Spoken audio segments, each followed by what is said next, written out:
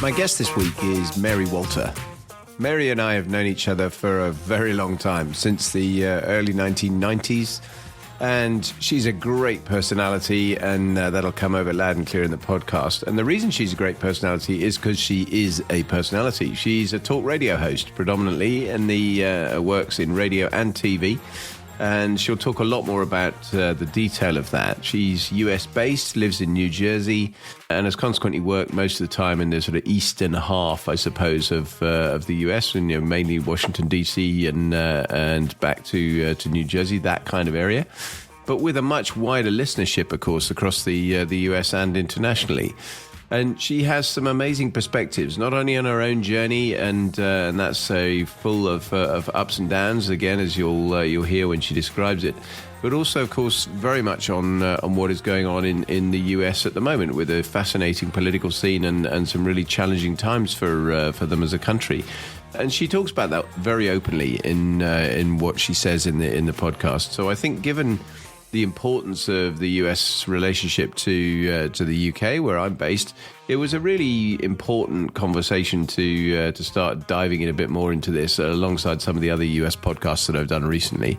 I really hope you find it fascinating. I certainly did. I think she has some terrific life lessons, as well as some really interesting perspectives to share, and it's a lot of fun as well. So here we go. Mary, absolutely fantastic to have you on my podcast. After knowing you for so long, it's really great to have a chance to get you in and get some perspectives from the other side of the Atlantic, which is always valuable for us over here in little UK. Well, I am so honored that you finally invited me onto your podcast. I mean, seriously, what's a girl got to do? Play your cards right. I'll get you on mine. Yeah, no, thanks for that. It is great, and I think the conversation is one I've been very much looking forward to. Just to get us started, you've had a fantastic, lengthy career in the world of talk radio and kind of wider broadcasting. But I'd just be really interested in giving a wider perspective for the listeners on this. Your journey. What have you done? That would be really helpful to start with. No. Boy, my journey, man, is there ever a journey that's a straight path, right? Like, no. So, when I first got out of college, my first job was working for a language school, and running school. And long story short, they sent me all over the country, and I wound up quitting the job because my boss screwed me out of some money. And so I blew the wheel on him and lost that job. And then so I came home. And I just worked, doing computer work during the early days of, with data processing and word processing, all that stuff. Had a great job as a consultant doing that. And then the company hired me to run their HR department. So I did that. I was kind of like bouncing around trying to figure out what I'm going to do to make money, but I was making good money being a consultant, as I would assume, there's good money in consulting if you find your right niche. I was doing that. And then I didn't have a job. Oh, yeah, I lost that because I found out that the two bosses, he was married, she wasn't. And he kept saying that he was going away for his National Guard weekends, and they weren't. And I found out about that. And they knew that I knew. And so I lost that job. So I didn't have a job. And I got a lot of great being fired stories if you ever want to hear them. And that was a career. So anyway, my husband, he was down in Philadelphia doing his residency. He's a doctor. He's doing his residency. I was living in New Jersey at my parents' house because I had just lost my job through no fault of my own, by the way. And so I would drive down to Philadelphia to go, be with my husband. And there was this radio station that was really popular at the time. They'd only been on for like a year. And it's talk radio, but they were talking about lifestyle stuff, like some political stuff during the day, but it was all New Jersey based. And then they would do like lifestyle stuff at night. So I'm listening to the way, and their host quits. They're looking for a new host. And so I'm listening to this, and they had women who, because it had, I don't know, it had to be because it was lifestyle. You had to have a woman because type thing. I don't know. But it was like a relationship love show, whatever. And I'm listening to these women. I'm like, these women suck at this. This is terrible radio. What is going on here? So I'm listening to the 3 different women do their thing. So I get down to Philadelphia, and my husband and I go out. We're going to get pizza, and we're in a mall. And I was telling him about this, and we're listening to it on the way. And I'm like, this is all these women are terrible. So he finally said to me, you're gonna call because I can't take it anymore. So the premise was is they were looking for a new host. And if you thought you could host, you called in and they would ask you a bunch of questions and then see if they wanted you. That was the premise of it. So I called.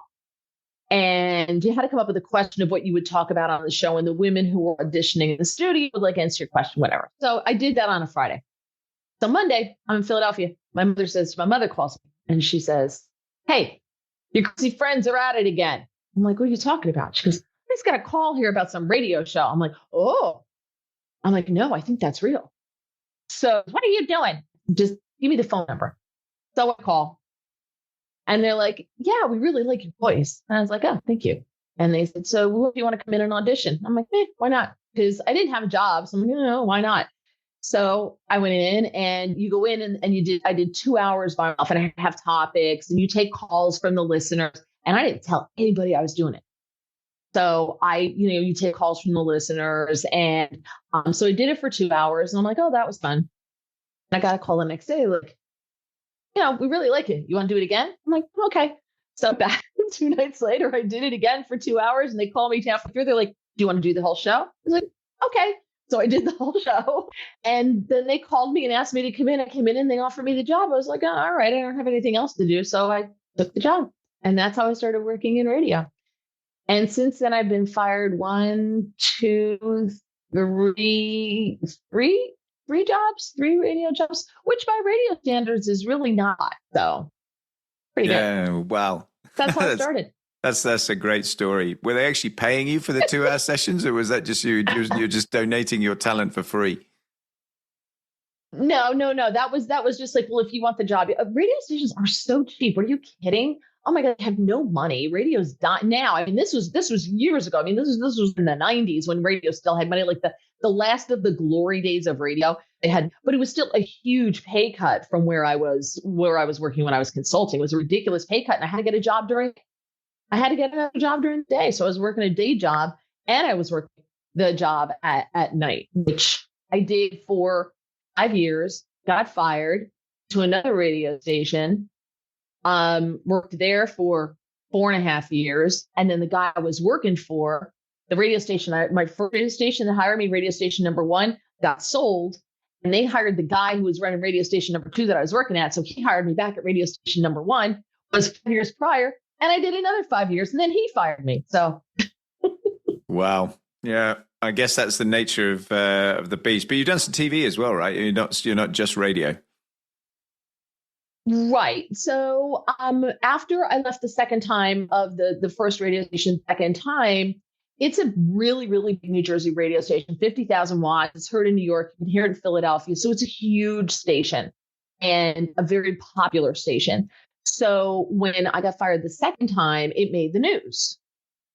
And so I started getting phone calls and emails from all over the place. And I said, well, I'm not commuting again. So I'm not taking any jobs in Philadelphia, whatever. But are you familiar with Howard Stern in the UK? Do you guys know who Howard Stern is? Okay.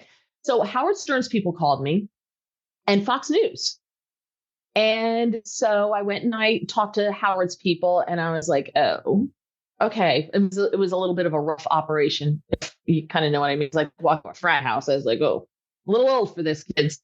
And Fox News was very businesslike and it was great. And they had just started a radio network. So the guy who was running it was looking for radio people.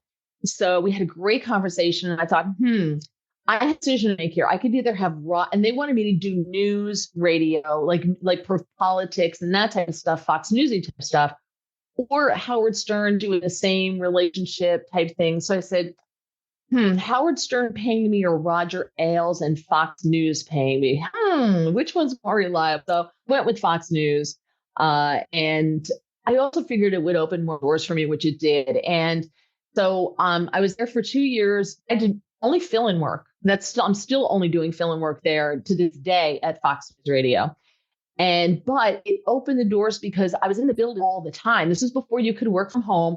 So I was there all the time filling in and you got to know a lot of people and 2 people, Greg Jarrett and David Desmond, said to me, "You should be on TV." And I said, "Well, I love to be on TV." And they're like, they got my information, both of them, and said, "Is it okay if I have your information to the producers?" I'm like, "Yeah, sure."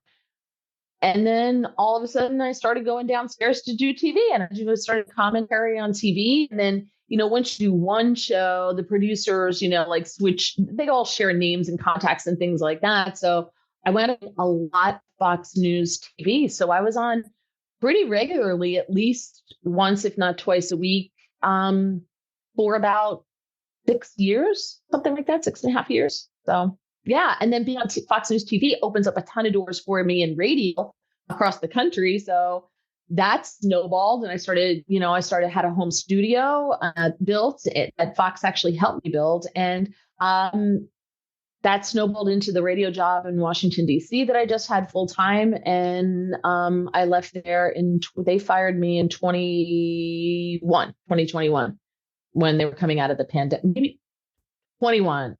Yeah. When they were coming out of the pandemic. Yeah, So. I just it constantly amuses me. They fired me, they fired me, they fired me. That clearly hasn't held you back. Most of these moves, when one door shuts, another one opens, I guess, somewhere else, right? It's funny to say that, because that's always been my mantra. Because if I hadn't been fired from the first radio station the second time, well, I wouldn't have been picked up by Fox News. And being picked up by Fox News Radio, even though it was part-time work, got me on television internationally, right? You saw me on TV.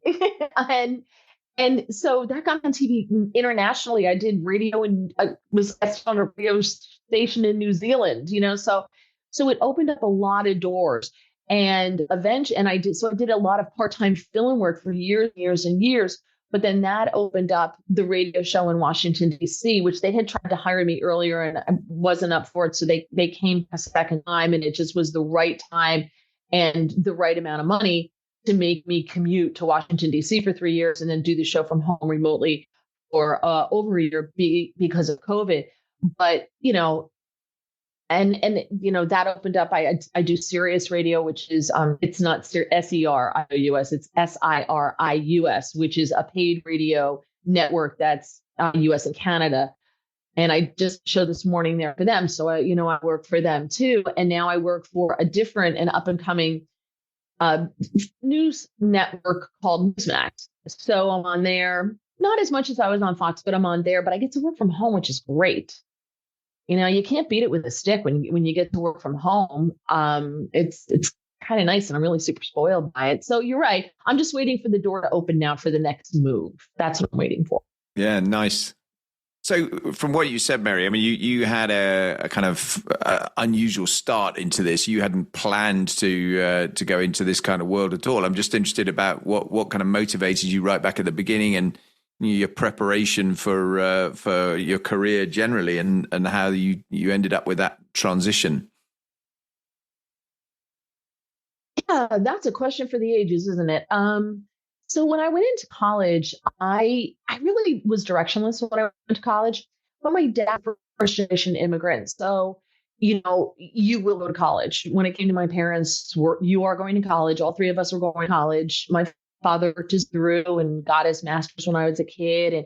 And so I think because he's first generation American, there was such a push for the American dream and getting that education and going to college and seizing the opportunities, et cetera. So I knew I had to go, and I knew I was going, and it's just where and what am I going to do? So I changed my major 4 times in 2 years, and then they make you stop and you have to pick a major. So I picked communications because I really enjoyed on campus. I was involved in giving leadership forums. I was so sound familiar. I was involved with teaching leadership activities to the different club presidents and things like that, and also did the orientation for the new incoming students, which was a huge project. And you're talking X number of orientation counselors and then the associates who help, and it's a week-long program that we put on for the training of welcome these new students to campus and the different activities and the things that we do. And I really enjoyed that. So I kind of figured I wanted to go into some kind of leadership training, the training department of a large corporation. That's what that's where I thought I was going to go. So when I got out of college, I got the job working for the language school and I was running this language school. I was like, okay, this is good. It's communication. And I get to use a lot of what I learned in college as far as, interaction with people and managing people and leading people and that kind of thing. And then when I came home and I was consulting at AT&T, which at the time was the largest telecommunications corporation in America. And I was on a task force for them. And then I moved from that to another program within AT&T where I was writing user handbooks, user guides, which was kind of right up my alley too, because writing that kind of thing is and instructions and very detailed minutia, bit by bit detailed stuff is kind of a comfort zone for me. So I was doing that. So I kind of really thought that's where I was going to wind up. I was going to wind up doing something like that, but it didn't go that way, as you know, because I won a contest. Yeah. Well, and good that you did do that change. I think that's for sure. I mean, take a retrospective on it though. If you went back and could speak to kind of school age Mary, what would you say now in the light of everything you've done? Oh my gosh. Well, it's so funny. I was always we call rah-rah. Like I was always involved in 10,000 clubs and Girl Scouts and this activity and that activity. And, so I was always one of those people who was always involved volunteering. My parents were always big on us volunteering. I always had to volunteer for stuff. So to this day, I'm still big on volunteering and doing that. So I was always very involved in that way. So I think that's why going into communications kind of was like a natural fit. And I don't know. And I always joke around, but I was also super awkward as a kid because I was a nerd. I was the one who my senior year in high school when everybody else is screwing around, I voluntarily took Latin. I took every honors course I could take. So instead of going to the park and drinking during my free period during my senior year, I voluntarily sat and learned Latin. So does that prove useful for you? Socially challenged. This is going to come back and haunt me. I don't like this. But so, I joke around that everybody who works in radio spends a lot of Friday and Saturday nights alone talking to themselves. And which is true. And I think that's why you could do talk radio and people from TV have a hard time making the transition to talk radio because they're used to, they read a teleprompter and they have maybe like 1 minute, 2 minutes to, banter back and forth with somebody else or ask a guest a question or something. Whereas the show I did today, I had 20-minute segments where if no one's calling or I don't have a guest, I have to talk 20 minutes on a topic. Yeah. No, that's several topics, So talking to yourself is an important facet of that for sure. I can totally get that. Yeah. Hey, I'm going to let you off the hook talking about you just at least for the moment. We might come back to it a bit later on, but you've spent a lot of time talking to leaders of all sorts of different persuasions in your day job. And this podcast is all about leadership, really. So I'm just intrigued in what's really impressed you and or depressed you about leaders generally and actually individually, who are the ones that have kind of influenced and impressed you the most? Okay. So yes, this is I hated working in Washington, D.C. I hate the vibe there. I could not live there. I just don't like it at all. To me, it's like living in a mining town where there are two mines. And all the businesses in the town tend on both of those mines succeeding because everybody, like the pizzeria, the barber shop, if the mines fall apart, they also go under. So everybody's on a team and everybody wants to know, what can you do for me? That's what Washington, D.C. is. So I find it very not, I can find it to be very shallow. So that part of it I didn't like, but it opened a lot of doors. And I was so blessed with so many incredible opportunities. I was there during the Trump administration, love or hate him. I don't care. To me, it was just an incredible opportunity. I interviewed ambassadors, pretty much every member of the Trump administration. I mean, everybody you can think of. And sometimes you got to meet these people and just really get to know them. I know I have sent you pictures of me with some British leaders, and you're like, people you don't like. So now I always try to get a picture with them to send to you, just poke a stick in your cage. Yeah, thanks. But I know. But for me, yeah, I'm on a team in a sense, but I was a rare creature in Washington, D.C., and I am not a registered Democrat or a registered Republican. But what I found goes across the board is there are people who just possess this gene. There is a gene. There's something about them, and I'm sure you've seen it with leaders.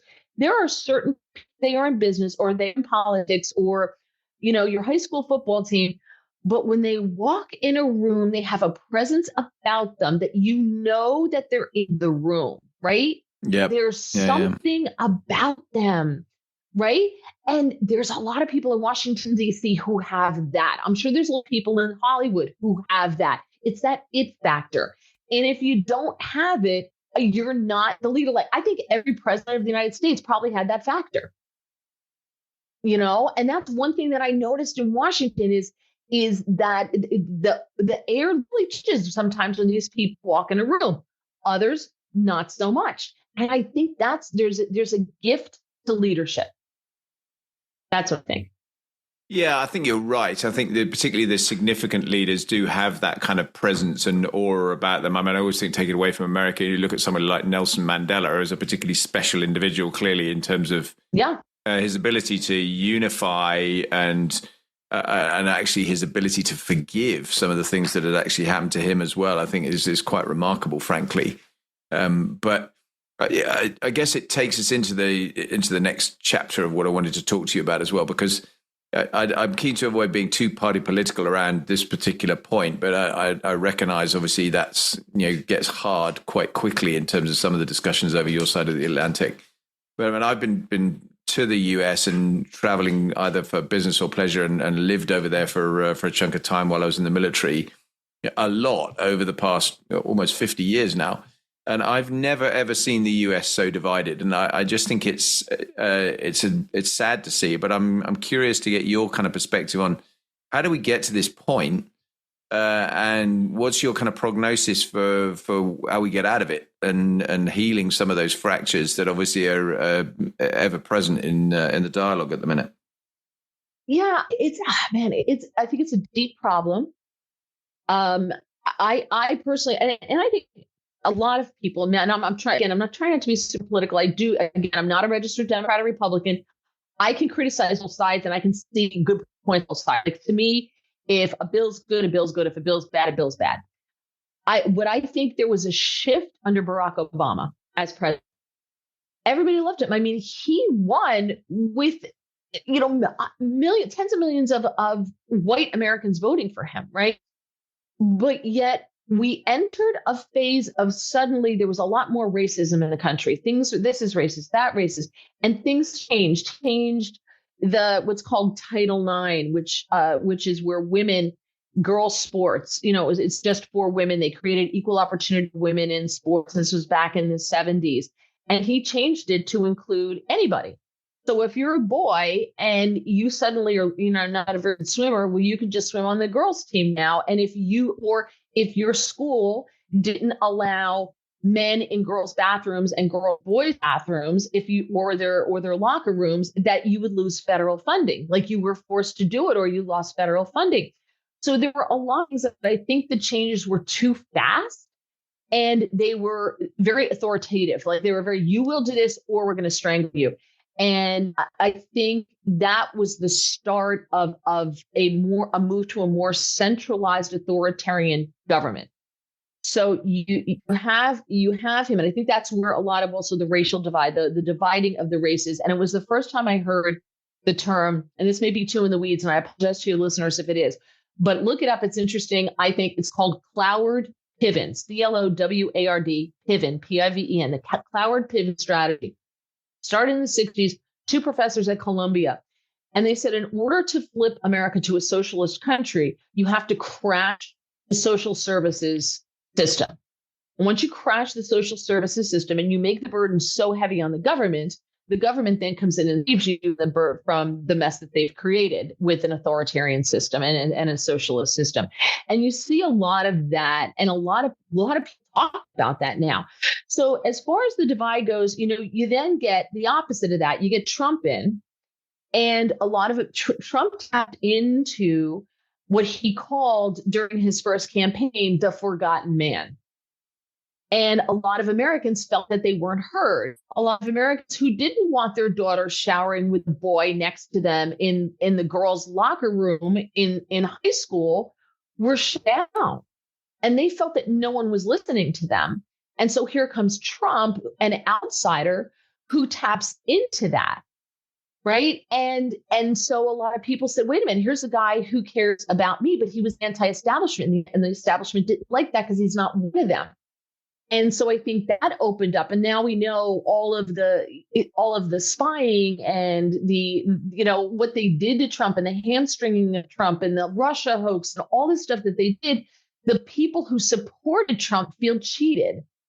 I hear that a lot on shows, that they feel like, I voted for him. He wasn't allowed to be president because of the things that they did that are all coming out now behind the scenes. And you have to really dig to hear it, because the media doesn't really tell you a whole lot about it. They don't really tout the sins of big government. But I think people see a huge government, and you either love a big government. I want the government to give me universal basic income. I want the government to control my healthcare. I want the government to decide what my kids are going to learn in school. I want the government to tell me that I can only have an electric vehicle. I want the government to outlaw gas stoves and gas ranges and gas dryers. And then you have the other side that says, no, I want to decide what my kid's going to learn in school. I want to decide what kind of car I'm going to drive. I want to decide, if I like my gas stove, I'm keeping my gas stove. I want the government taking my money and giving it to somebody else who's not working. So it's really exposed a rift between the two styles of Barack Obama and Donald Trump. So you've got a battle between that right now in this country. And I think that's where we are. How do you heal that? I don't know. Because there's a lot of people. You also see very much a two-tiered system of justice developing, where if you're well connected or you're on the left or supporting the left, you get a free pass. If you're on the right, dare support someone on the right, you get the book thrown at you, and the FBI is raiding your home at 6 a.m. and parading you in front of your neighbors in leg irons. Just happened in Virginia. So you've got a people who see a weaponization of the government and they don't like it. So I don't know how you come back to answer the second part of that question. I don't know where this goes, but I think it's a very dangerous time. Yeah, and we'll come back to that dangerous time bit in a second for sure. I just think the interesting thing, picking up on what you said about Trump versus Obama, and my, as a personal perspective, as much as anything else, but certainly one that I know from talking around over here is shared by a number of people. There's obviously an internal what's going on in the US and what the US people want. And ultimately, of course, it's your government. You elect it for the focus on the US. So I completely get that. There's a kind of external viewpoint of the US leadership and what the US is doing in the wider world, which, at the end of the day, the US is still, really the global hegemon in many ways, and very important in terms of that wider big dynamic. And we can maybe dive a bit deeper into that if we need to. But my perspective is that, when you look at what Obama did, that Obama was, from a US point of view, much better for the world than Trump, for example, where Trump was much more isolationist, very focused on the kind of make America great again side of life, and which I completely get. If you're a US citizen who wants that, then that is absolutely where you're going to be focused. And why on earth should we pay for all this stuff that the wider world needs and all those sorts of things? But it is. I think the perspective on, and we'll maybe get to this in a while, in terms of where you go next. That's why there's a great deal of trepidation for example, in Western Europe about what happens in the US, depending on what happens in the next election. So it's very interesting to see the different dynamic and hear it from you in terms of that internal position, which is clearly something we don't see very much or hear very much about. and that's definitely, provides a different perspective. Yeah. And when you talk about Obama on a national stage, though, America war under all 8 years of Obama, two terms. He launched airstrikes or military raids in at least 7 countries. We had no new wars under Donald Trump. Donald Trump, the Abraham Accords, he was nominated 5 different times for a Nobel Peace Prize, as opposed to Obama, who was nominated and received one before he even became president. And that's another thing Americans look at. Are you going to ship our boys off to go die in another foreign country for a war that we're not really involved in? So we look at Biden right now, and it's got us in 2 new wars. This Ukraine thing is going to be a slow slog. It's going to corrupt our country. We're sending them ammo we don't even have for our own military. And I think Americans look at that like we're always the leaders. We always have to spend the most money, and it's our boys who go first to die. And they look at Trump, and we didn't have any new wars. And, he got Kim Jong-un, little rocket man, stopped shooting off rockets. He went over, he shook the guy's hand, he made him feel important, which is what he wanted. And he felt like he was a big leader now. And look what we've got now in Ukraine. Putin invaded under Bush, Obama, and Biden. He didn't invade under Trump. There's a reason why. Yeah. All right. I mean, it'd be interesting to see if Trump does get reelected, what happens, particularly in Ukraine, for example, with that dynamic, because I know he's kind of said he's going to fix it in a day. And, there's a pretty healthy degree of skepticism, certainly on this side of the Atlantic, about that, how that would play out. Coming back to internal US, though, I mean, I think that division that you described, I mean, which, as you said, it's really difficult. How do you heal it? It looks bad enough that you're facing a really quite a big inflection point for the country as a whole.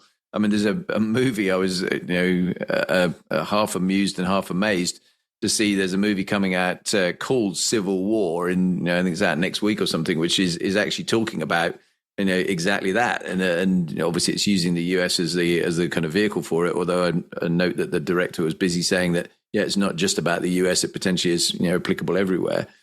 And I think it is a real challenging time in a much wider spectrum than the US. When you look at a lot of governments around the world and the uncertainty of what's actually happening. But internal to the US, it does look as though you're in a really kind of difficult place. And I think when we get into the discussion around the election and what happens with that, I mean, almost regardless of the outcome, you can see the fissures getting bigger, not smaller, unless we're careful. What's your take, and what's the kind of, I guess, the pulse in America on this? Okay, so and again, I get to talk to both sides, right? And there are people in the middle too, and I get to talk to them as well. And because not everybody is on a side. I think in some, like for me, I'm socially liberal in the sense of I don't care what you do. If you want to dress up like, I don't know, you and go to work today, have at it. I don't care. But I also don't think you have the right to force me to cosplay with you and address you as a unicorn during the course of my workday. So your rights end where mine begin. So you do you, but I'm going to do me. And I'm sorry if you don't like that. I may not like what you're doing. So that's kind of where I fall. This movie, Civil War, to me, seems to be wildly irresponsible. But if you think pretty much every movie that comes out of Hollywood lately, it's going to bomb. Nobody's going to go see it. So I'm not really that worried about it. A part of the problem that I think is that, and I see it with friends, I've been, I ostracized, shut out, unfriended, don't want to talk to you more. I like my college roommate because I voted for Trump in 2016. And I'm like, well, I think that's just a tad bit of an overreaction, don't you think? But it doesn't, but it happens a lot. But to me, politics is just a part of life. If you're a good person, you're a good person. It's just like I have friends I'm Catholic. I have friends who are Jewish. I have friends who are Muslim. I like, they're still good people just because we disagree over religion. Like, they're still good people. Why would I not be friends with them? So I don't understand this idea of, well, you voted for Biden, I'm never talking to you again. Problem is what I see happening, and I think the temperature turned up mostly by the mainstream media. And I think it's being done purposely before an election. they're running on emotion, and they're driving people that the narrative is Donald Trump is literally Hitler, and he is a threat to democracy. Donald Trump's a threat to democracy. And I tell people, well, first of all, we're not a democracy. We are a constitutional republic. So don't worry about democracy. That's number one. And if Donald Trump was going to be a dictator, then why didn't he just do it the first 4 years? So, but when you hear this, if that's what you consume as your source of media, and it's in the background all day long, and it's constantly going from crisis to crisis to crisis, and everything is Trump's fault. And, we were joking around. We had an earthquake on the East Coast here, and it was wild if you're not used to earthquakes, as we are not. It was crazy. And the joke started coming out immediately. Has anybody blamed Donald Trump for this yet? Like, look at Donald Trump. He's literally trying to kill people with earthquakes. But when you drive people to run on emotion like that, and I know people like this, well, okay, listen, tell me why I should vote for Biden. What has he done? What's he accomplished? Tell me why. Well, and they immediately go into, he's not Trump. And so when people are emotion based, you can't logic with them, and I don't know how you get past that. I don't know how they get out of it. Yeah, it's really interesting. I think the perspective I hear a lot over here at the moment is, I don't think there's a lot of love for Donald Trump, but there's equally not much for Biden either. I think the perspective of, in a nation of 360 million or whatever you are now, that actually the two candidates you've got running for president are both the age they are, and with the kind of views they've got, and the polarization of opinion that's coming from that is somewhat surprising and rather disappointing, would be, I think, the general view. Because certainly Biden is, the view generally here is that he's absolutely not helping the Democrat cause, because he's too old and has obviously got all sorts of clearly physical and mental challenges that are having to be very carefully managed. There seems to be no doubt about that. So there's worry on both sides, I think, as to where that goes for the US generally, regardless of who actually wins in the next election, because that's certainly obviously what happens in the US is most definitely a big concern in everywhere in Western Europe. Not least given the relative uncertainty. It may feel that you mentioned the Ukraine thing before, that it's a long way from the US, and I completely get that. It's obviously, it's not in NATO, and that's lucky. Otherwise, we'd all be in a bigger punch up than we want to be in right now. But they're going to be. But not while they're in the middle of a war. That's just not going to happen. I don't believe that. I think it's going to. There's no way anyone in NATO would accept a nation joining that is already in a conflict, because that would automatically drag the rest of NATO into the conflict properly, as opposed to kind of a little bit by proxy with supplies and so on and so forth. And I totally get the argument, by the way, about sending stuff versus sending people.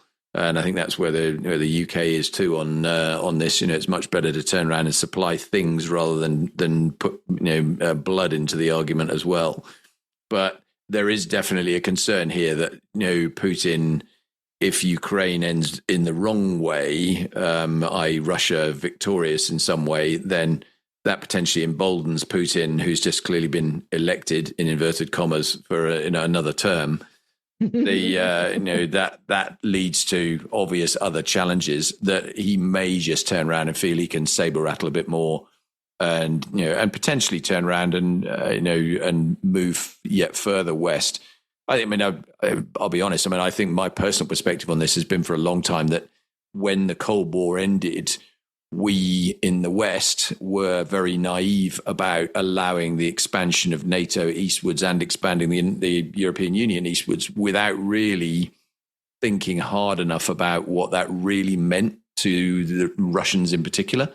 Because quite obviously, although we can say till we're blue in the face, we're not a threat, and we're not about to threaten in any way anything going on in Russia. That's not the way the Russians see it. And therein lies a pretty significant challenge. But going back to where I was in terms of the politics on your side, I think that means either way it's difficult over here at the minute in terms of looking at what happens with Biden versus Trump. I think the generic view would be Trump is more uncertain, unpredictable, more isolationist, more not anti's too strong, but more backward leaning on your support to Europe, etc., and therefore inevitably that makes Europe a bit more nervous. I can understand that. Listen, as an American taxpayer, I love that he told the other, nations in NATO and Linda, pay up, pay your share, let's go. Oh, I totally agree with that. I completely agree with that. For years that hadn't been happening, right? So, but Trump also said, though, don't forget, he said, yes, he told a group, and I want to say it was Pacific Asian countries. He said, yes, I'm for America first, but you should be for your country first, too. That's your job. So being America first, like your country should be for first. Ireland should be for Ireland first. Japan should be for Japan first. That's our leader's job, is to protect us, number one. Protect my body, protect me, my person, protect my freedoms, and protect my wallet. Right? So I don't understand why people have a hard time with that. I think that's fair enough. I think there is obviously and has been historically this very big reliance on the US being kind of the world's policeman in inverted commas. And that's why I'd say I totally agree with you about the defense expenditure. I mean, it's completely unrealistic that some nations have clearly been allowed to just cruise along and drop their defense budgets and live under an American protective umbrella. That is absurd. In some ways, it's a positive out of what's happened in Ukraine, because that has also forced changes in behavior and a rethink about what's happening. I mean, if you can take a positive from something so awful, but it's it's nonetheless is kind of one, I think, a little bit. But yeah, it's challenging, that's for sure, in this space. Just looping back to the kind of election piece then, and recognizing that we've had a bit of discussion around this. It seems to me that, the mainstream media is obviously meddling, but on both sides. I mean, that's the perspective over here anyway, that there are some very nasty elements to the campaign on both sides, potentially. And therefore, regardless of the outcome, it seems almost inevitable that there are going to be some serious challenges, questions, accusations, conspiracy theories, whatever you want to call it, around the outcome. How do you get past that and kind of shore up democracy in the US and get back to a place where it genuinely feels like you are in a better place? Because persisting with what feels like a widening gulf is obviously a bad outcome. It is, but I don't know. Because there's such hatred for Donald Trump, like just visceral hatred. I don't like him. He's mean. He's this, he's that. And I like to use your country as an example. I say, you know what? Everybody hated Churchill. Now they loved Chamberlain. Chamberlain was great. He's so nice. He's a peacemaker. Look, he gave Hitler Czechoslovakia. He's a great guy. It's peace. It's nice. He's a week later. Churchill, I went to the museum with you, went to his home with you, and I learned, you know what? Nobody really liked him. He was kind of not a nice guy. He said really not nice things to people. He tended to have a tendency to drink a little bit. And so he was considered bombastic. And I'm like, wow, who does that sound like? But you know what? He was your bastard. He may have been a bastard, but he was your bastard. Trump may be a bastard, but he's our bastard. So, I look at Joe Biden. He's a leader. Right? He's a weak leader. Biden's a weak leader. One of Obama's foreign policy said about Joe Biden famously that he's been on the wrong side of every foreign policy decision for the last 40 years. No wonder we're now in two wars. So they don't like Trump. I'm like, I don't care if you like him or not. He's not coming to dinner. Who cares? I've met the man. He's lovely. He's wonderful. He's very polite. But I don't care. Again, I don't care if he's a bastard. I don't care if he talks tough. I don't care if he does any of that, because he's putting America first and doing it for us. So if you don't like ours, get your own. Yeah, and interesting. I mean, I was having a conversation with someone the other day where we were talking about this in terms of just the Republican nomination side of it, and the comment I made actually was, love him or hate him, you've got to recognize that he didn't just win. I mean, he won by a country mile in terms of defeating the opposition in that space, and if he wins the election in November, then clearly it's because hundreds of millions of Americans will have voted for him ultimately, and therefore you can't. It's an undeniable success that you have. If you're a vague believer in democracy, you have to recognize it's a bit. I mean, you mentioned leaders that from over here, or political figures from over here that you've seen your side. Nigel Farage is one of those. I mean, again, love Farage or hate him. What happened as a result of his kind of push initially was us leaving the European Union.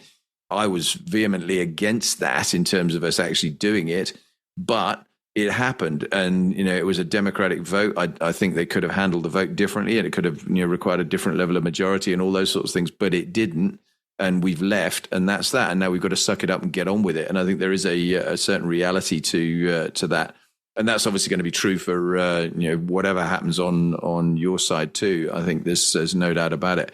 I guess my worry, potentially, not least on seeing what happened at the last election, is to all the things we're talking about in terms of unrest and everything else, is if Trump loses in the upcoming election, and then potentially that is almost as risky an outcome, but from the West's point of view, outside America, as Trump winning.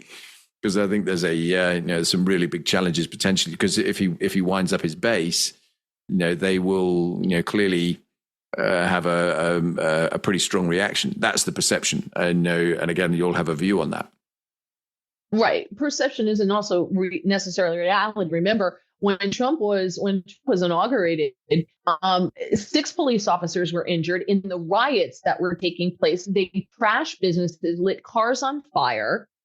More than 200 people were arrested, but I wonder how many of them actually went to jail. Probably very few of them. But the riots from when Trump was on inauguration day, didn't get the same coverage. That's number one. Number two, there are a lot of questions regarding January 6th. And I know that's what you're referring to, the assault on the Capitol. Why do we not know the identity of the bomber, the guy who put the bombs outside of the DNC and the RNC on January 5th? Why don't we know the identity of that person? There are cameras all over Washington, D.C. They couldn't track where that person went. We just don't know. And nobody seems to be looking. How come? Why were from all of the interviews of all of the witnesses that the January 6th committee put out there, why were they deleted when they were supposed to be preserved as evidence? They're all deleted. They're all gone. There's just a lot of questions, and I could go on and on and on about the questions. Why are some people taken off the FBI most wanted list, and others who were in the Capitol for 10 minutes didn't do anything, walked through an open door, spoke to Capitol police officers, and left, sitting in jail for 4 years, when some people were taken off the watch list altogether and nobody knows why? So I have a lot of questions about that. And when you're allowed to ask questions, and when they hide the video and you can't look at it, and they delete audio, and they delete evidence, and say, wow, we just can't find the January 5th bomber. Kamala Harris was right next door to where one of those bombs was found. And when alerted, there's video of someone alerting Capitol Police who were there protecting Kamala Harris. They didn't even bother to go look at it. It doesn't make sense. So I have a lot of questions. I'm not saying that, I'm not saying anything, but I'm just saying I have questions, and 3 years later, questions aren't being answered. And you're not even allowed to ask some of those questions without getting shut down and censored on social media. And so my question is, why? How come? How come we don't know these things? So where does that leave you in terms of the run into the election? I mean, how is that going to impact stuff? And are those kind of questions how are they going to play out in the lead up to an election? Well, first of all, I did find out all those 200 protesters that trashed businesses and ruined personal property and attacked cops and everything during Trump's inauguration, all 200 of them had the charges dropped. So remember what I was talking before about a 2-tiered system of justice and that perception?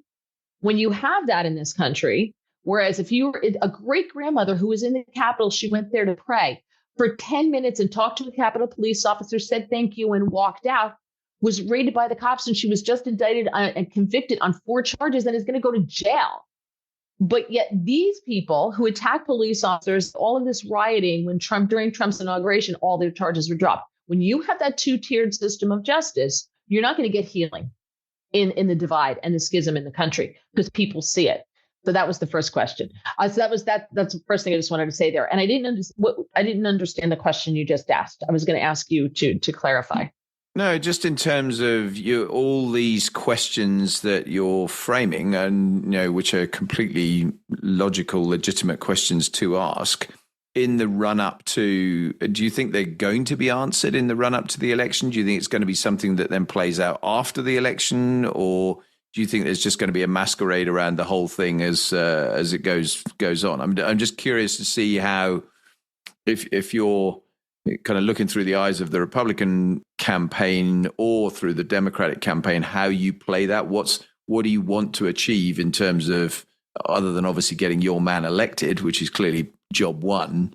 How do you go about doing that? Do you open stuff up more? Do you shut stuff down more? Where do you think it's going to go? Well, I don't think things can be opened up more because the evidence is being deleted. Oopsie, right, left, and sideways. Sorry. It's like the Mueller investigation into the Russia hoax. Every single person in their own heads of the FBI agents, the investigators, CIA, they all accidentally locked their iPhones by putting in their wrong password 10 times, and all accidentally locked their phones. So how am I supposed to never know? All of those messages now, we can't see any of those messages between all of them. We'll never know. So when things like that happen, and I think there were people on the Republican side who hate Donald Trump as much as a lot of people do. They don't want to see him elected because he's not one of them. He's not a creature of the swamp. He's not part of the machine. And so they don't like it because he challenges the machine. So do we find out what happened on January 6th? Slowly but surely, people are finding out. But there are people who are still in pretrial detention 3 years later and haven't had a trial yet. Yeah, that's pretty bizarre. I agree with you. I mean, I think your justice system's always been a bit like that. I mean, I've often reflected on. I mean, clearly we don't have the death penalty over here. You still do in a number of states, and you still have people who are sat. They'll do 30 years and then they're executed. As opposed to once you've made the decision, you get on with it. So but they haven't even been charged. I mean, they haven't even seen a judge yet. Yeah, that's extraordinary. But because they're January 6ers, everyone says they deserve it. They threatened democracy. The Capitol was bombed not once, but twice. Liberals. One of them was the architect of one of the bombings, was Obama's mentor, who helped him write one of his books, and also was the house that Obama had threw his announcement party in, Bill Ayers. He's out walking around. So I have questions for both sides, so when you ask, are things going to come out before the election? No, I think the swamp from both sides, Democrats and Republicans, who don't want the truth out because dirty hands will keep that truth until they're all dead. So even the questions around the 2020 election, you weren't even allowed to question what happened, or you were thrown off social media. Now there's a trial going on in Georgia right now regarding the 2020 election and what happened in Fulton County. And now we're finding out that one of the guys who's on trial for, being, trying to interfere with an election, I didn't certify the election. The reason I did what I did is I didn't certify the election because there was no chain of custody kept for the ballots or the cards for the computers, which is required by law. There was no ballot. There was no signature verification, which is required by law. We had extra ballots, which didn't match up. Nobody questioned them and they were counted anyway. So that's why I didn't certify the election. How many years later, going into another election, and we're finding out this happened in 2020, and people who had that suspicion and asked about it, one of them's on trial now. Yeah, it's interesting, isn't it? I mean, it all plays to how on earth you heal some of these divisions. I mean, take it forward a step though, just to get a different perspective. Let's assume, because it's by no means beyond possible, it's highly likely, I think, that Trump does win in November. What does Trump 2.0 look like from your perspective? What do you think he's going to do? Focus on in both internally and internationally. What's the perspective from where you're seeing? Well, so first, I don't think he's going to win. I don't think he's going to be allowed to win. I just don't think it's going to happen. I really don't. I think every single person in America can vote for Donald Trump, and he's not going to win the election. I just don't trust it because of 2020 and the questions that aren't allowed to be asked, and the lack of transparency and what's coming out now. I think there's too much at stake, so I don't think Donald wins. But that's just me. But if he does, he said on day one, he's shutting down the border, and he's reinstilling the drilling Those are the things he's doing on day one.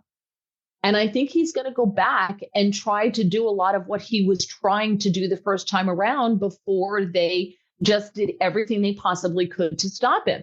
He said, yeah, I'm going to deport people. And I think at this point, immigration is number one issue across the board in this country. Democrat, Republican, socialist, communist, independent, Green Party, whatever you happen to be, immigration is the number one problem that everyone says in this country, with economy number two. And everybody's economy was better under Trump. Everybody's. You can't deny that.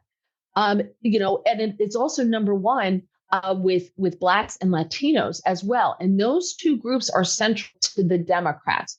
But they're starting to come over to Trump because the Democrats are putting all of these shelters and everything in poorer neighborhoods where the Blacks and the Latinos live, and they don't like it. So I think there is a shift going on. I think Trump is the one who will address immigration, and I think he will address immigration. I think that's something that he will absolutely do. So I think that's going to be one of the first things he does.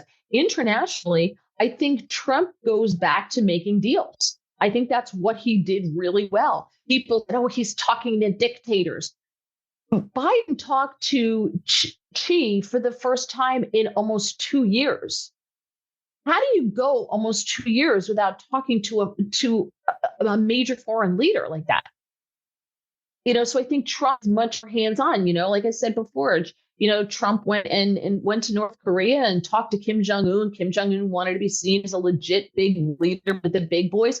Trump made him feel like a big boy, and he was super happy. And he stopped launching, rockets at Japan and Hawaii. So yay.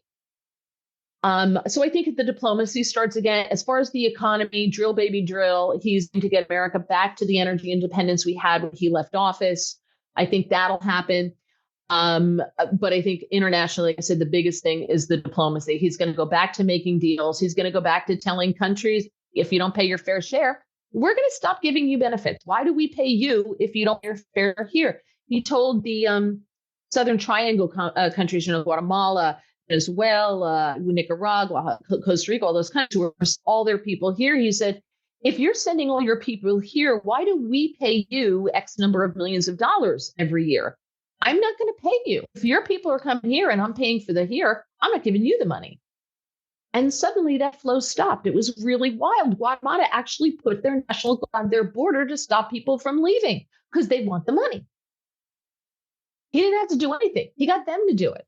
Same thing with Remain in Mexico. And what he did to Mexico is, we're not sending you money. And he also threatened to put a tax on all the remittances that are sent by Mexicans living in this country that send the money back to Mexico, which makes up, I think, something like a third of their GDP, if not more. He said, we're going to start taxing that if you don't stop the flow.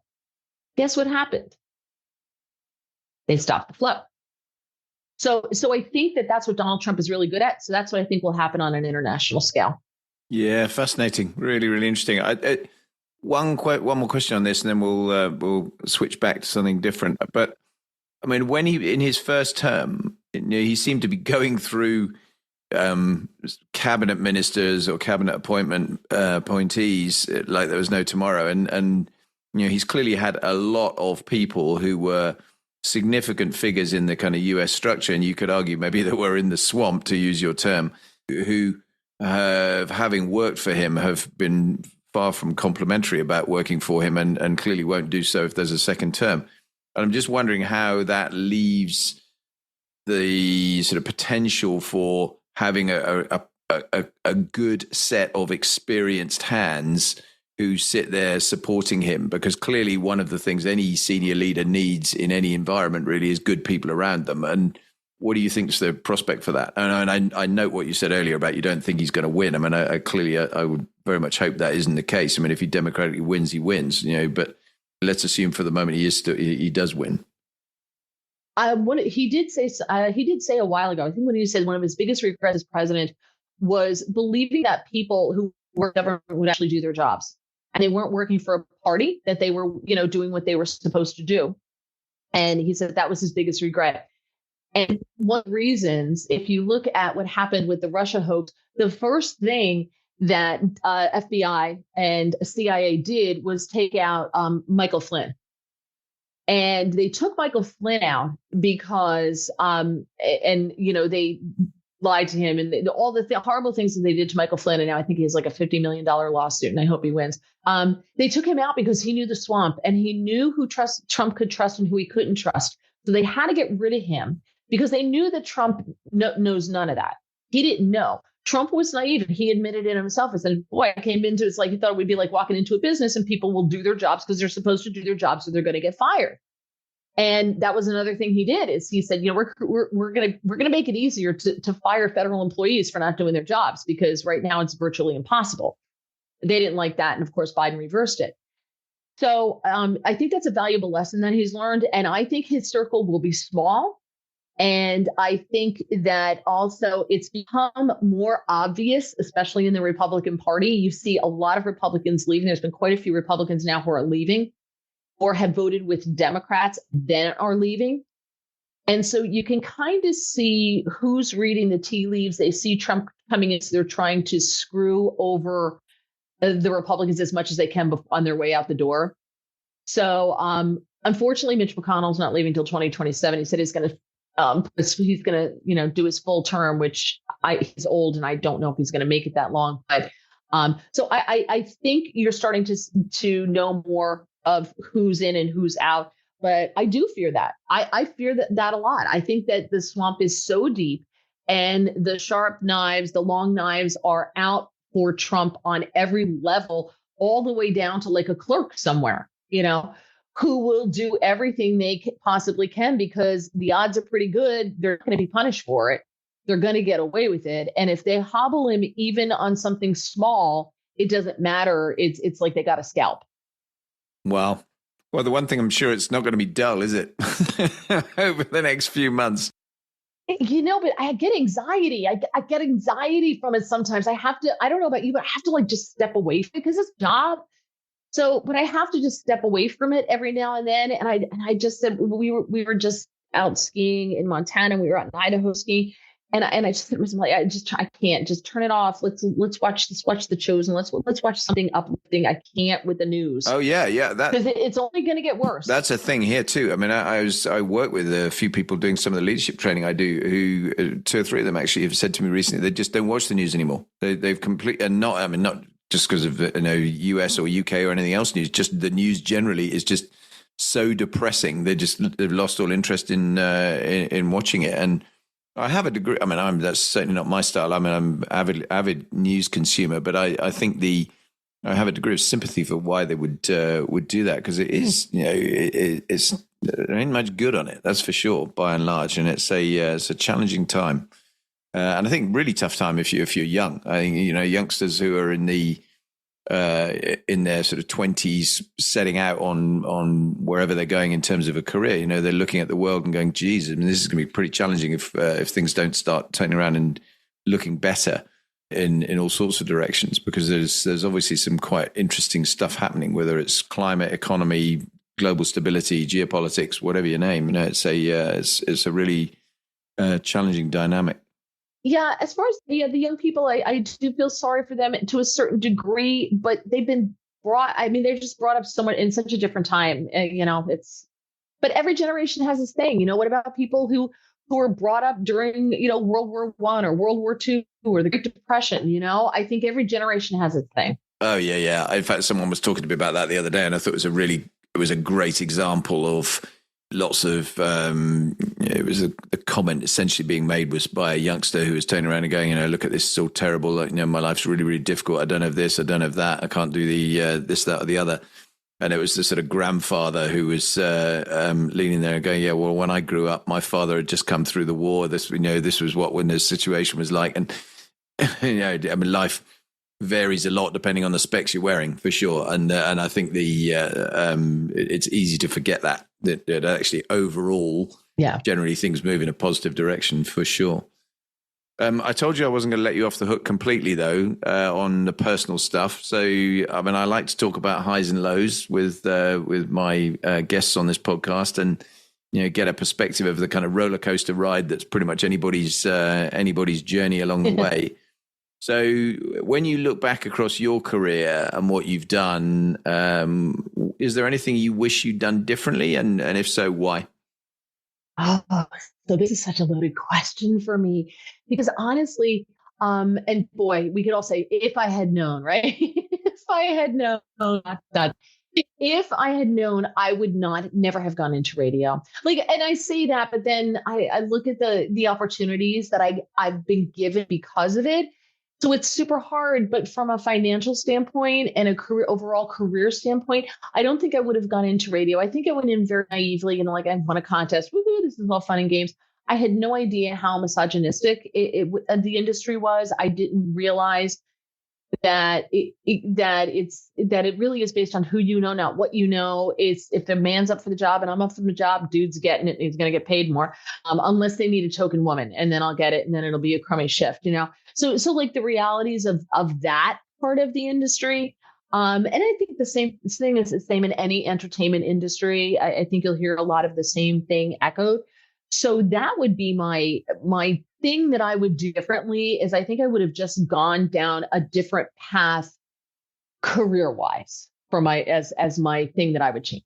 Wow, that's a pretty big thing to change, that's for sure. In terms of that, I think it's interesting just to dive into that misogyny female thing. I mean, I was doing a podcast very recently, actually, with a lady who used to be in the military, and we were talking about exactly this topic where, I mean, things have changed, and certainly on this side of the Atlantic, things have changed dramatically over the last 30, 40 years. I mean, I think it's very easy for people to say there's still a hell of a long way to go. And I agree with that. I don't have any difficulty with agreeing with that statement at all. But I think when you look at where it was extraordinarily bad, and it's moved quite quickly to a significantly better place with a trajectory that is, certainly in the UK, I think it is definitely moving in a further in the right direction.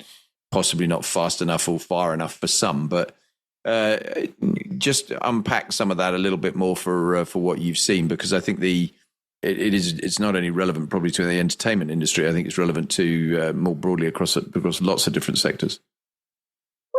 I think that when you go into an industry that has been traditionally dominated by men, whether it's law enforcement or it's the military or something along those lines, it's geared towards men. It's a boys' club.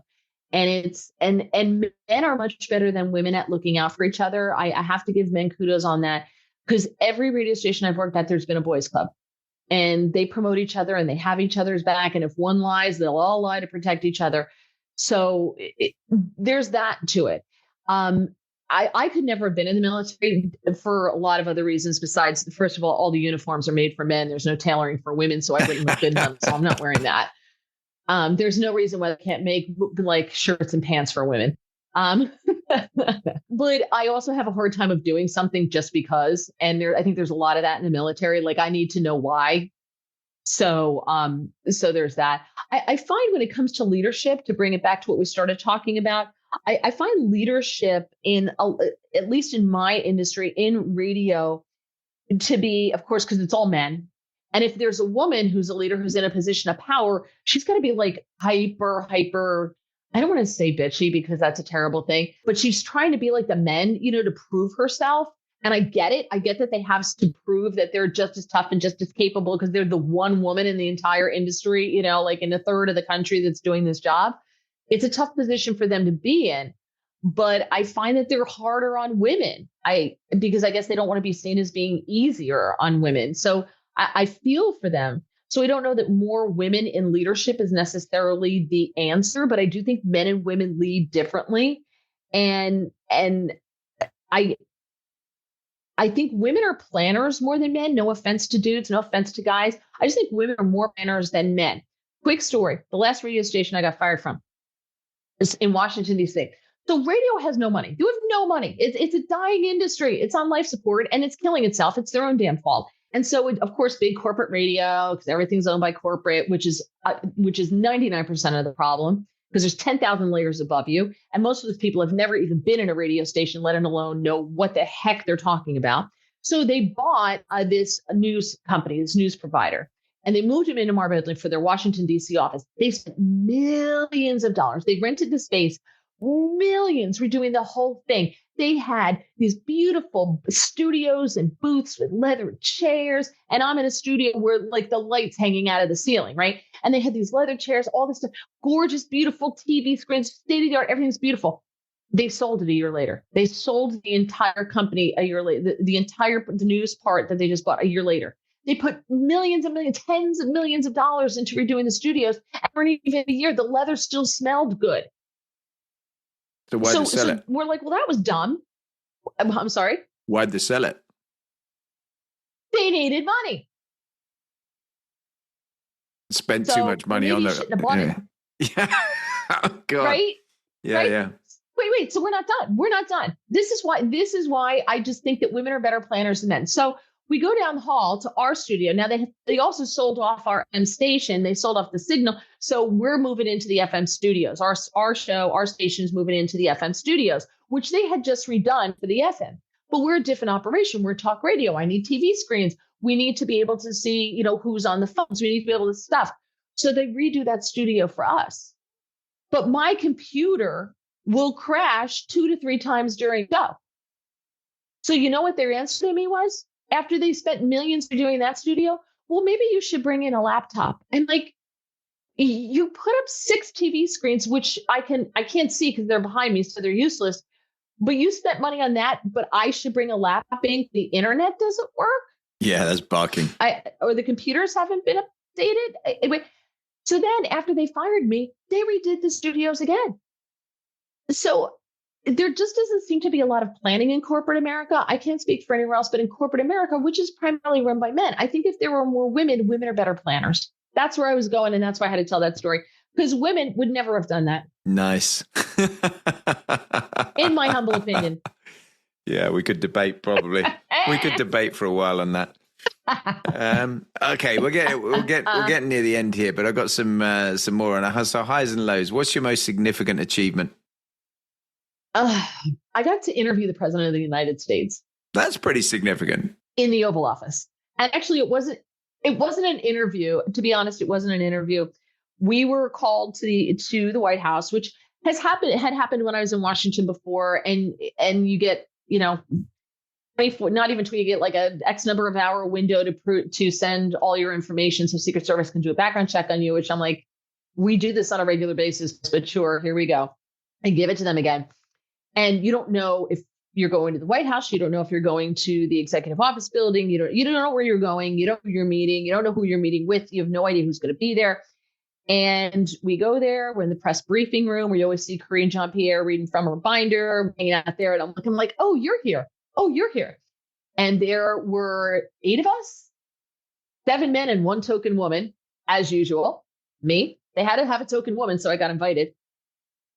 And we didn't know where we were going. And long story short, we were led into the Oval Office, and there's the president standing there smiling and going, come on in. I'm like, oh my God. It was incredible. It was amazing. It was unbelievable. And yeah, that's pretty special.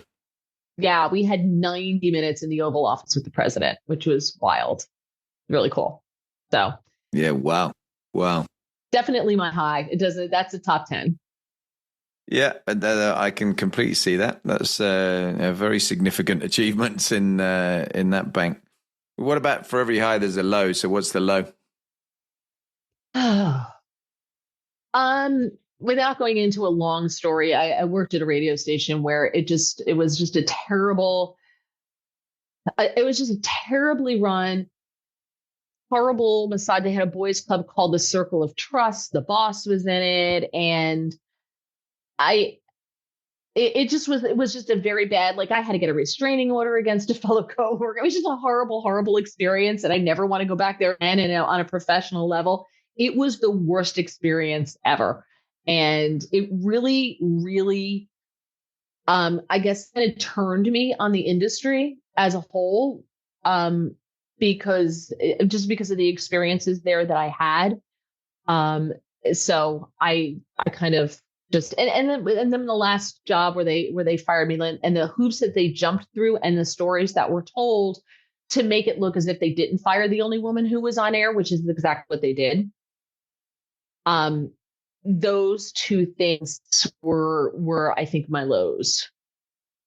Yeah, I can see that completely. I mean, was there anything positive you could learn from those experiences? What did you take out of them that you could make some use from? Yes, when the FBI calls you about the coworker against whom you had to take out a restraining order and they want information, you're more than happy to give it to them. And that feels really great. And then when he winds up on the front page of all the New York papers and he goes to jail, you feel even better. Yeah, I can see that. I allowed myself that tiny little bit of schadenfreude. I was like, oh, thank you, karma. Yeah, no. Well, actually, that's better than the other way around, isn't it? I had a discussion recently with a senior police officer over here where, and obviously the opposite challenge is also true some of the time where you've done everything you possibly can and you still don't manage to get a conviction on someone that you kind of know is guilty. I mean, that's really tough, I think. And so, yeah, I totally see that the positive out of that is making sure that you do get the right result. Oh yeah, but of course he gets out of jail, for times for for good behavior, which I'm like, really? He gets out and he's back in radio making $5 million a year because there's no God. So really, that's interesting because there's no kind of longer term retribution, impact on, and that surprises me if you've got that kind of background. One would think, but everybody knows his name because he went to jail. And it was a big story. So everybody knows his name. And they were like, well, he was really, really good. And there's a lot of attention. And so he has value. So there you go. Yeah. No such thing as bad publicity, right? Yeah. Exactly. Very, very, very interesting. What about de-stressing and relaxing? You mentioned skiing. Been skiing with you plenty of times before. But, what else? Because you're living in a world where, as you say, it can be quite pressurizing with lots of stuff that you have to just escape from. What do you do to do that? What's your advice? So, it's interesting because you say skiing. Skiing is very exhausting. Very exhausting. We were going out to Idaho. We had a layover. I got to lug my stuff. We had a layover in Denver, and you got to get through the airport. And I'm sweaty, running to catch a plane. It's just a lot. And then you got to get the food, and you got to try. And skiing every day. It's an exhausting activity. Like you got to get up. I got to set an alarm. I got to make break. It's tough. So for me, it's not super, it's super like relaxing, where I know for some people it is. For me, the best day ever is when no one talks to me. Seriously, like I love just, I love just a day of quiet, of I don't have anything to do. I can sleep as late as I want. I get up and I have the cats to feed. My husband's at work or he's away somewhere, whatever. Not that I don't love him and I love him dearly, and him, and he's a great guy. But I have the house to myself, and I don't have to do anything. I have to do laundry. I have to vacuum. There's not a chore that needs to be done, and I can sit and I can like read a book that's not based in politics, or I can watch like a marathon of The Real Housewives of New Jersey, or some other really disgusting reality show that I don't have to think, and it makes me feel better about my life choices. Because I love those shows, because no matter how bad my day was yesterday, at least I'm not that dumb, right? So I love those. They're very soul cleansing for me. And I can eat whatever I want, and I can sit and drink an entire bottle of bourbon through a crazy straw if I want to. Like, that's relaxing for me. And nobody talks to me. Nobody texts me. Nobody calls me. Nobody talks to me.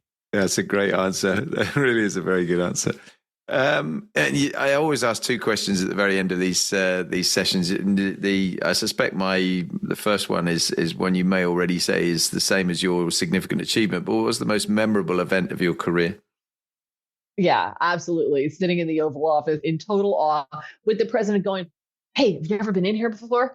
Let me show you this. This is the bust of Lincoln. This is the bust of Lincoln. This is Andrew Jackson. This desk John Kennedy had. This is the desk John Kennedy. So that was pretty cool. That's definitely that was. I will say, getting a tour of the White House for Christmas was also pretty cool too. Yeah, I can absolutely imagine that. I was very frustrated when I was in the Pentagon in 2011. I had a fair few meetings in the executive office building and actually in the West Wing as well. And we jacked up a tour that was going to be, a kind of behind the ropes kind of tour, which they slipped the date, and it ended up being, it was the day before, bear in mind, we're 2011. So we're 10 years on from 9/11, and it was the day before September the 11th. So guess what? It got cancelled, which was a real shame, because that would have been fascinating, because I think we'd have got the got the inside track on lots of stuff, and I think it's a real shame. I'd love to have had that opportunity, but maybe in another life. Last question. What's the most difficult question you've ever been asked? What's the most difficult question I've ever been asked? Oh, well, of course in this industry, like, so I rarely get interviewed. I usually get interviewed after I get fired from somewhere. So I'm usually on television or on radio doing commentary, but political commentary. So it's not really an interview, So since I always get interviewed after I've been fired. So it's like, so what happened? And it's hard because a lot of times you're contractually can't really say what happened, So that's always the most difficult question, because I have to dance around it and can't tell the truth. And the people who are asking the question know that. And so they try to make it difficult. Yeah, as they would. So I'm rarely interviewed. Mary, it's been an absolute delight. I knew it was going to be a lot of fun to have a conversation with you, and loads of great stuff in there. So it's really interesting perspectives, particularly on some of the stuff that's going on in the US at the moment. I think, as we said, it's a challenging time. It's going to be a really interesting time across the across the course of the this year and beyond, probably. But thank you ever so much. Really appreciate it, and I know that lots of people are going to enjoy listening to what we've had to talk about. Well, thank you so much for having me. Like I said, I knew this was going to be so much fun. And, I hope it didn't get too political or anything along those lines. So thank you so much for having me, and good luck with everything. Yeah, thanks, Mary. Take care. Bye-bye.